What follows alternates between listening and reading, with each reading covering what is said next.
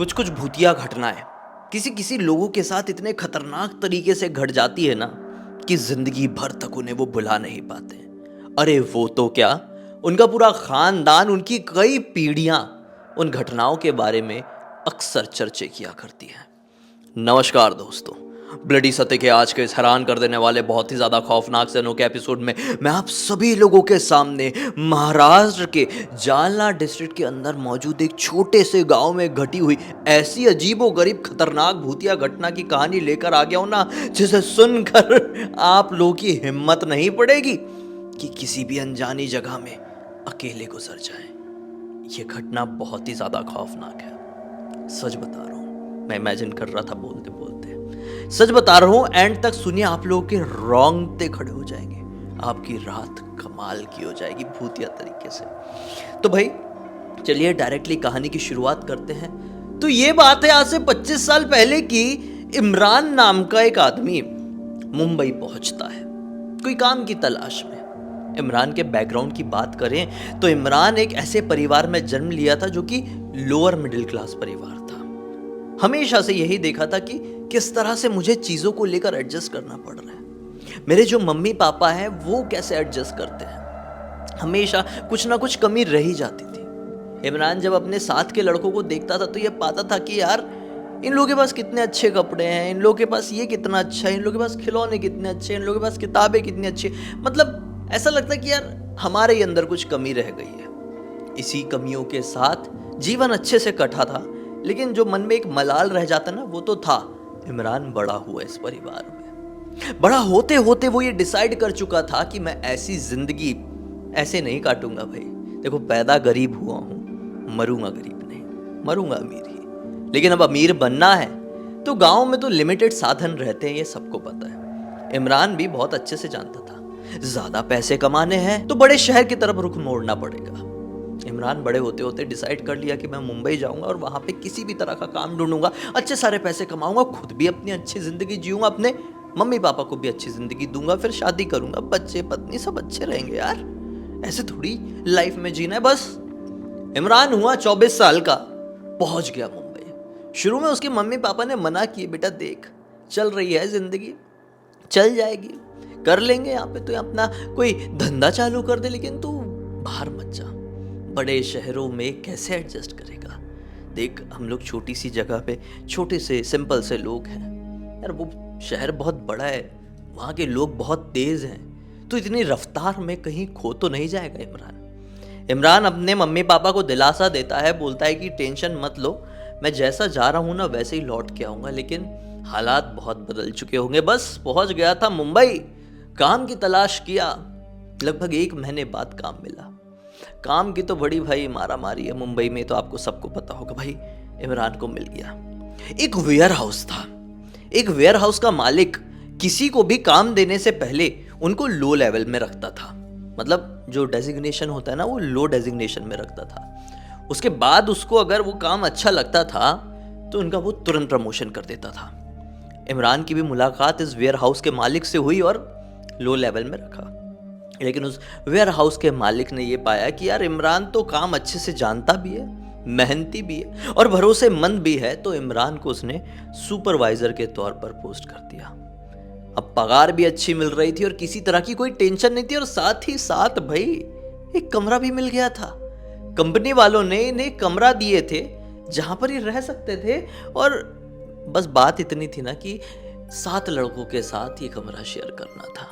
ठीक है, हालात धीरे धीरे करके बदलते हैं, अचानक से डायरेक्टली कोई जंप तो नहीं मार देता है ना, धीरे धीरे करके सीढ़ियाँ चढ़ता है। कमरा मिला, लड़के अच्छे थे, सबका नेचर बहुत अच्छा और सब बहुत फ्रेंडली, और इमरान से सभी की दोस्ती हो गई। इन सभी लोगों ने ऐसा किया कि हाँ भाई तू ये खाना बनाएगा, तू ये बर्तन धोया, तू ऐसा करेगा, ऐसा करके डिसाइड हो गया सब लोगों का।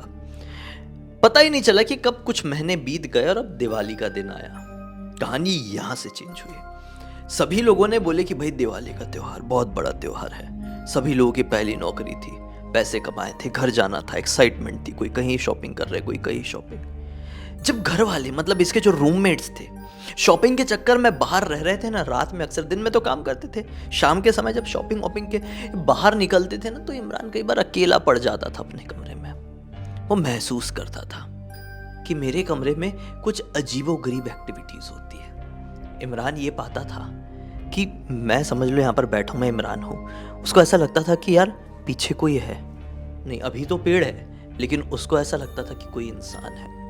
इमरान अक्सर ये महसूस करता था कि उसके कान के पास आकर कोई खुसफुसाने की कोशिश करता है, कोई कुछ बोलने की कोशिश करता है, कुछ बताने की कोशिश करता है। लेकिन इमरान समझ नहीं पाता था कि ये क्या है, ये कौन है और ये क्यों है। खैर, इसी तरह से कुछ दिन और बीते और आ गया दिवाली का दिन। दिवाली का दिन आया, मतलब दिवाली से एक दिन पहले सभी लोग जितने भी रूममेट्स थे सातों की सातों बोले कि भाई हम तो घर को निकल गए। इमरान पड़ गया यहाँ पर अकेला। इमरान को अब डर लगने लगा यार, काफी दिनों से ये फेस कर रहा था यहाँ पर हरकतें, अभी अकेला पड़ गया था इस घर में। ऐसा हुआ कि डर के मारे इसकी तबीयत खराब हो गई, ये बीमार पड़ गया। अब बीमार पड़ गया तो खाना कैसे पकाए, खाना नहीं पक रहा है तो पेट कैसे भरे। यहाँ पे तो कोई परिवार है नहीं जिसके कारण चीजें आसान हो जाएगी। सिचुएशन बिगड़ती तब चली गई कि जब ये सोता इसको हो जाता खतरनाक वाला स्लिप पैरालिसिस। इसने ये दिमाग लगाया कि यार मैं भी घर चले जाता हूँ, वैसे भी काम थोड़ा सा मंदा चल रहा है, सेठ जी को बता देता हूँ तबीयत खराब है और सेठ जी तो बहुत अच्छे छुट्टी दे ही देंगे। फिर जब दिवाली का माहौल खत्म हो जाएगा, सारे लोग लौट जाएंगे तो मैं भी लौटूंगा उनके साथ। ये अपने गाँव को जाने के लिए छुट्टी उट्टी मिल गई, हाँ छुट्टी उट्टी मिल गई, अभी गाँव को जाने के लिए मुंबई के बस स्टेशन में एक बस स्टेशन में पहुंचा। इस बस स्टैंड में एसटी बस जो होती है, आप लोगों को पता होगा एसटी बस जो होती है पुराने ज़माने की बस, वो वाली बस इसको मिलनी थी और यही बस इसके गांव तक जानी थी। साधन कम होते थे छोटे गांव में उस ज़माने में, छोटे गांव में स्ट्रीट लाइट्स भी बहुत कम होती थी। खैर वो तो आगे की बात है, अभी यहाँ पर पहुँचते। तो ये अपने एसटी बस में चढ़ा और चढ़ के बैठ गया। कुछ ही घंटों में इसका गाँव आने वाला था। पता नहीं चला ये रात की बस पकड़ा था, इसे नींद सी आ गई। नींद में सपने में क्या देखता है ये कि इसका एक दोस्त है जो कि इसी बस में चढ़ा है और इसके बाजू में आकर बैठा है और कान में आकर कुछ फुसफुसाने की कोशिश कर रहा है। सपने में ऐसा देखा। ये हिल नहीं पा रहा है कि ये दोस्त ऐसा मुझे क्यों कह रहा है। अब इसको समझ में आ गया कि ये एक तरह का मतलब स्लिप पैरालिसिस जैसा हुआ, ऐसा होता है अक्सर, इसको मालूम था ऐसा होते रहता है मेरे साथ। इसको लगा कि ये वही हुआ है। ये उठने की कोशिश की और उठा, पाया कि मेरे बाजू में कोई भी नहीं बैठा हुआ है, कुत्ते भौंक रहे हैं। मतलब कई बार इस तरह की कहानियों से ना ऐसी एनर्जीज अट्रैक्ट होती हैं। तो जो मैं कहानी सुना रहा हूँ तो एनर्जी अट्रैक्ट हो रही है, ऐसा अक्सर होता है मेरे वीडियोस में। खैर कहानी को कंटिन्यू करते हैं। तो ऐसा हुआ कि वो अपना जागा, आजू बाजू कोई नहीं। अब बोला नहीं सोऊंगा, पानी पिया, बोतल में पानी रखा हुआ था और कुछ देर बाद, कुछ घंटे बाद वो अपने गाँव को पहुँच गया। बस से उतरा, रात का वक्त था, नॉन स्टॉप भौंक रहा है, रात का वक्त था। और इसी प्रकार से जैसा ये कुत्ता यहाँ पर भौंक रहा है वैसे वहीं पर भी भौंक रहे थे लगातार बहुत सारे कुत्ते। कुछ कुत्ते रो रहे थे, कुछ बिल्लियाँ रो रही थी। इसको समझ में नहीं आया कि आज मेरे गांव में हो क्या गया। अच्छा, मेन सीन ये है कि जो बीएसटी जो बस थी ना, एसटी बस, वो इसके एग्जैक्टली गांव में इसको नहीं उतारती थी।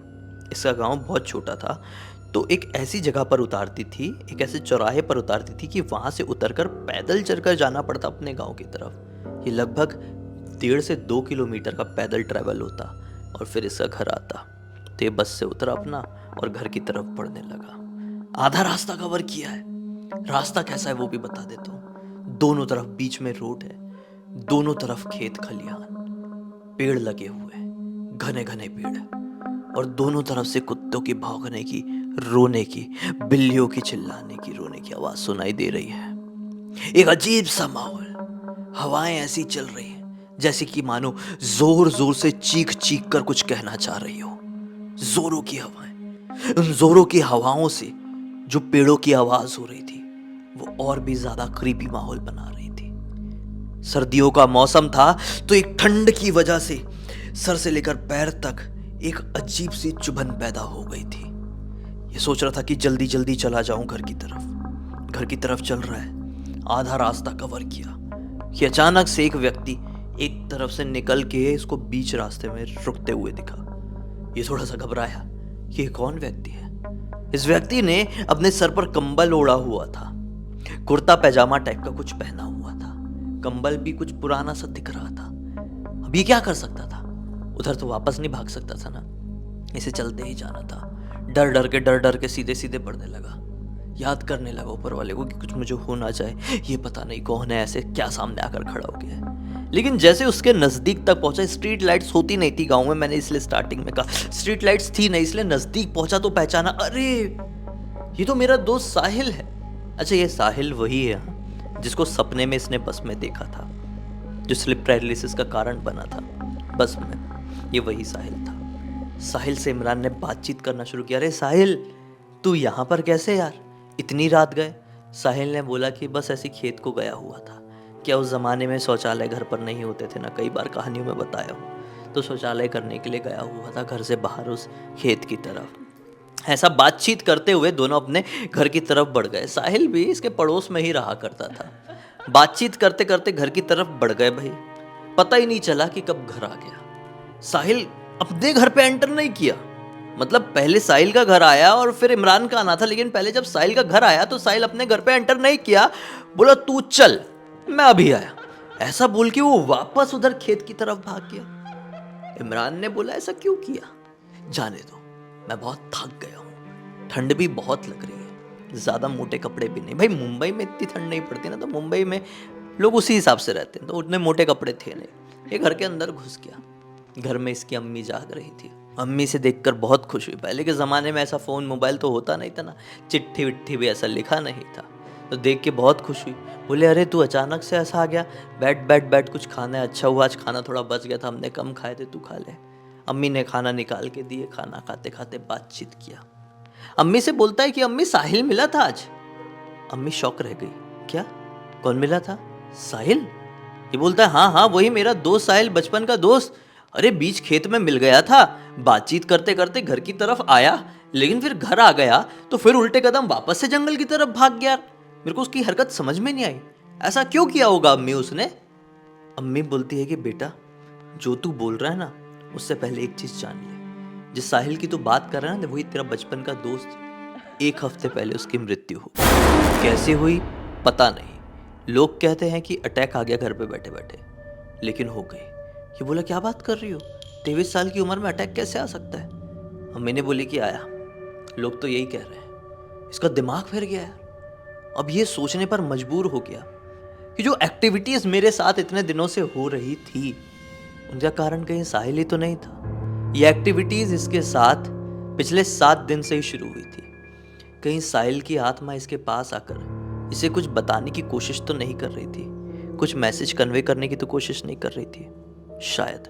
हाँ, क्योंकि रियल में भी इसके कान में आगे कोई खुसफुसाता था, और जब ये बस में बैठा हुआ था, अपने घर को आ रहा था, तो सपने में इसने अपने साहिल दोस्त को ही बस में चढ़ते हुए देखा था, जो इसके बाजू में आकर बैठा और वो भी इसके कान में खुसफुसा रहा था, और इसको स्लिप पैरालिसिस हुआ था।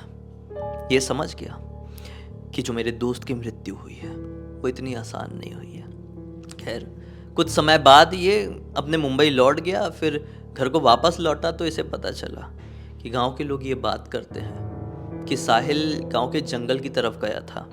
उसने कुछ लोगों को ब्लैक मैजिक करते हुए देख लिया था। वो ब्लैक मैजिक की क्रिया ऐसी नॉर्मल क्रिया नहीं थी, बल्कि प्रेत आत्माओं को जगाने और वश में करने की क्रिया कुछ लोग कर रहे थे, जिसे डायन बनने की क्रिया भी कहा जाता है।